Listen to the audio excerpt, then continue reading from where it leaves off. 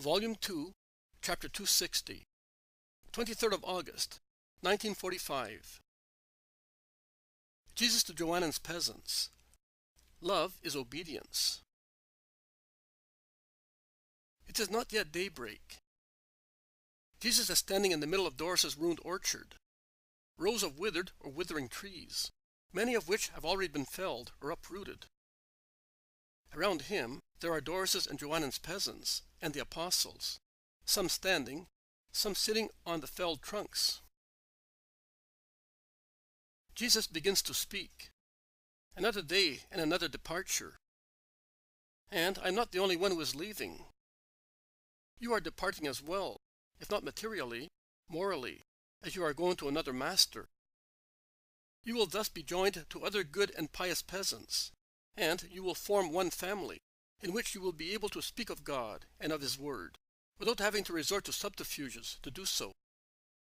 Sustain one another in your faith, help one another, bear one another's faults, and edify one another. That is love.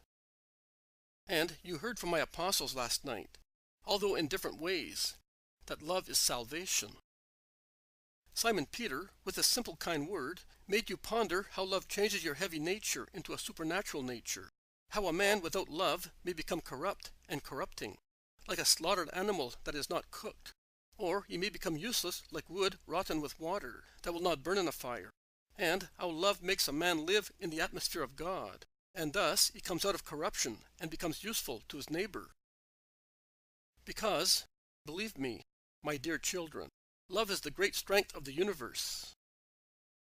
I will never tire telling you. All the misfortunes on the earth come from lack of love, beginning from the death and diseases caused by the lack of love of Adam and Eve for the Most High Lord.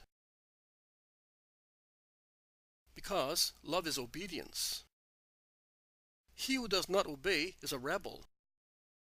He who is a rebel does not love him against whom he rebels. Where do other general or particular misfortunes come from, such as wars or the downfall of contending families? From selfishness, which is estrangement. And the ruin of welfare through God's punishment follows the downfall of families. Because God sooner or later will strike him who lives without loving.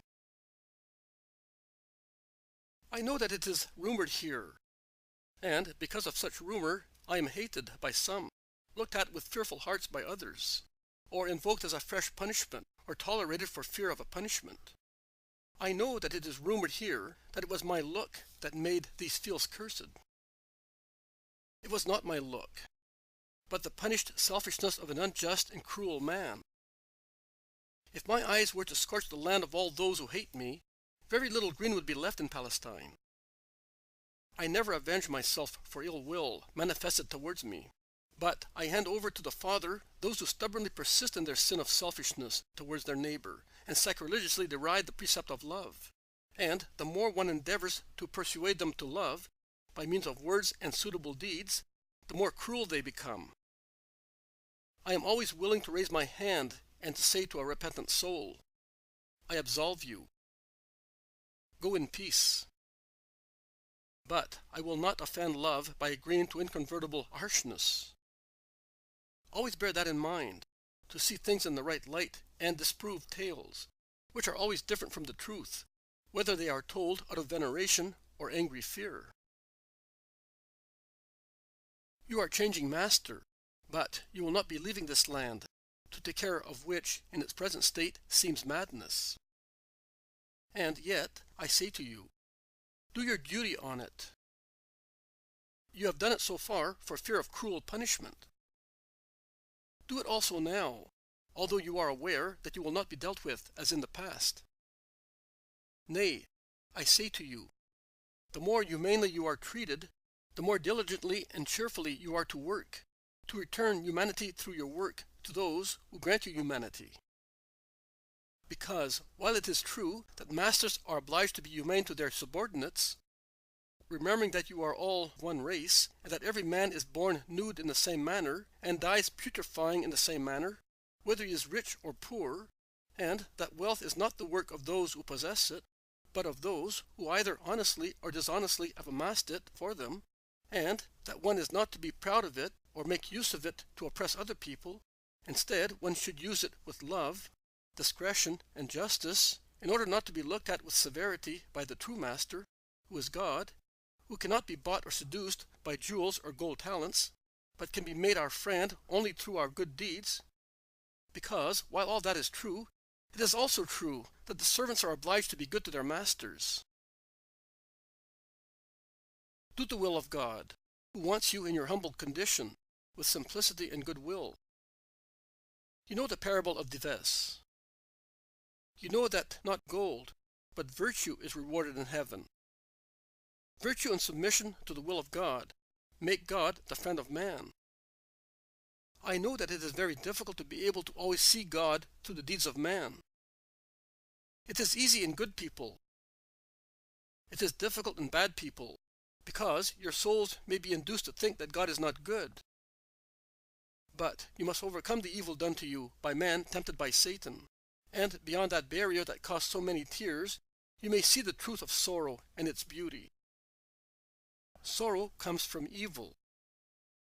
But as God cannot abolish it, as the power of evil exists, and it is the assay of the spiritual gold of the children of God, he compels it to extract from its poison the juice of a medicine which gives eternal life.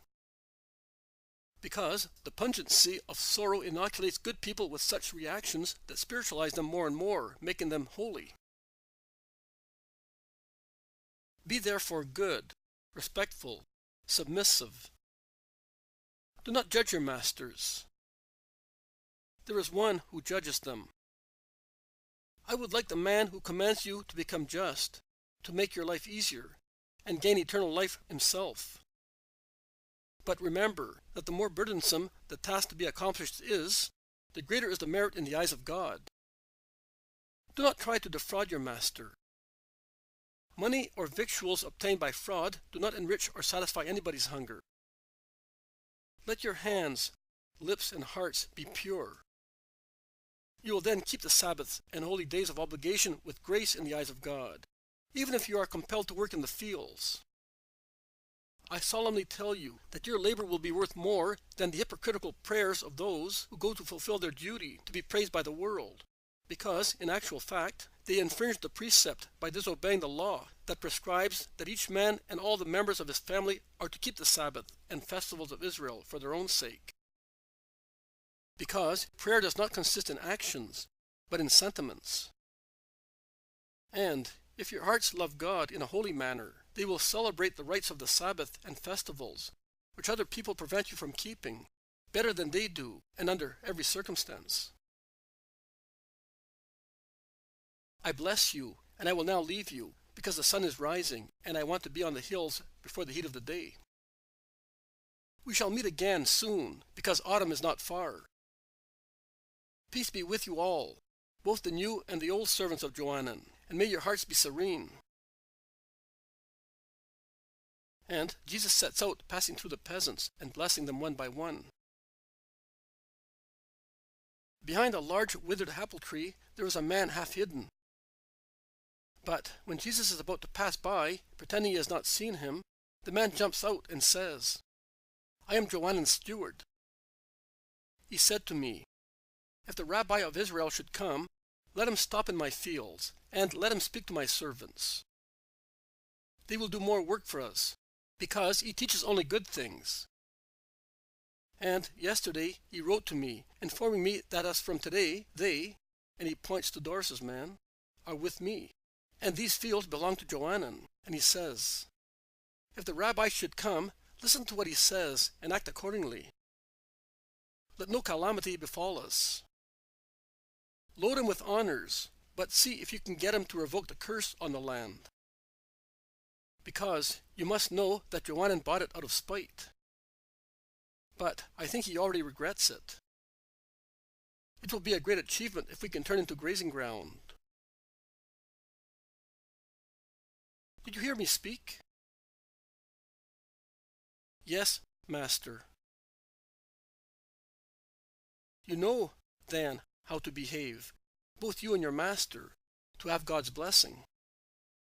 Tell your master And as far as you are concerned, moderate his orders, because you know how burdensome in actual fact is the work of a man in the fields, and you are well liked by your master. But it is better for you to lose his favor and your position, rather than lose your soul. Goodbye. But I have to honor you. I am not an idol. I do not need interested honors to grant graces. Honor me with your soul by practicing what you have heard, and you will serve God and your master at the same time.